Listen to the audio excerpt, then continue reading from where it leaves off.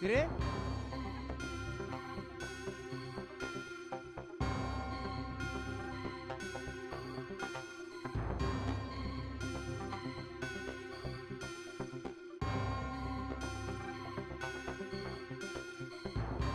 నేను ఆఫీస్కి వెళ్ళొద్దని ఎందుకు చెప్పినా కూడా నువ్వు వెళ్ళావు అంటే నేనంటే భయం లేదా?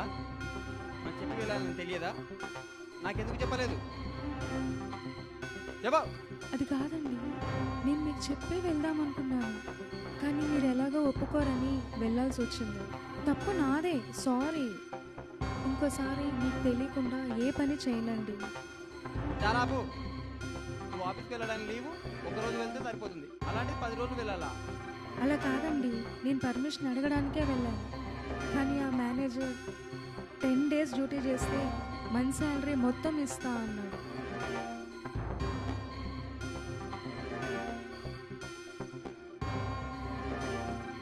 ఇదంతా నీకెవరు చెప్పారు?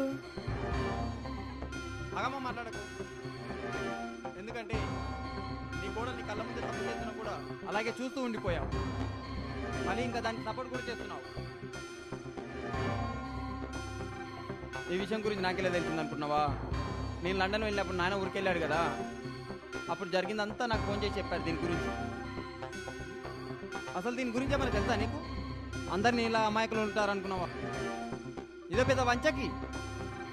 దీని మీద నాకు పెళ్లిలోనే అనుమానం వచ్చింది, ఇప్పుడు అనుమానం బలపడింది.